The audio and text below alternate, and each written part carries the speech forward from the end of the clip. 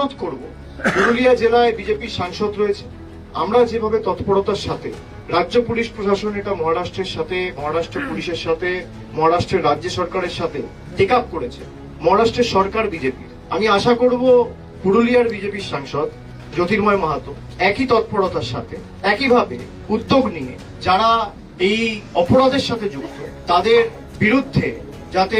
মহারাষ্ট্রের পুলিশ প্রশাসন দ্রুত ব্যবস্থা নিয়ে ট্রায়াল কমপ্লিট করে তাদের দোষী সাব্যস্ত করে, সে নিয়েও দরকার হলে মহারাষ্ট্রের মুখ্যমন্ত্রী এবং দরকার হলে কেন্দ্রের স্বরাষ্ট্রমন্ত্রীর সাথেও কথা বলবেন। তো আমি আশা করব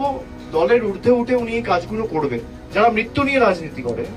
তাদেরকে বলবো যে অ্যাটলিস্ট আপনারা এইটুকু করতে পারেন যে একটা ফোন তুলে মহারাষ্ট্রের যিনি মুখ্যমন্ত্রী দেবেন্দ্র ফডনবিসকে ফোন করে বলবেন যে আমার জেলার একজন তরতাজা যুবক কাজ করতে সেখানে গিয়ে একজন পরিযায়ী শ্রমিক 31 বছর বয়স, তাকে খুন করা হলো, হত্যা করা হলো, আমরা এর বিচার চাই। ফোন করে যদি বাংলার মানুষের টাকা আটকাতে পারেন, রাস্তার টাকা আটকাতে পারেন, বাড়ির টাকা আটকাতে পারেন, সুবিচার তো চাইতেই পারেন, এটুকু তো আশা করা যায়। এবং এখানে যারা বিজেপির দায়িত্বে রয়েছেন, সিপিএম এর দায়িত্বে রয়েছেন, ফরওয়ার্ড ব্লকের দায়িত্বে রয়েছেন, কংগ্রেস প্রতিনিধি যারা রয়েছেন, সকলকে মিলে আমি অনুরোধ করব যে আপনারা ঐক্যবদ্ধভাবে কেন্দ্রকে চিঠি লিখুন, মহারাষ্ট্রকে চিঠি লিখুন এবং পরিবারের পাশে এসে দাঁড়ান, দলমত নির্বিশেষে। এটুকুই আমার সবার কাছে আবেদন থাকবে।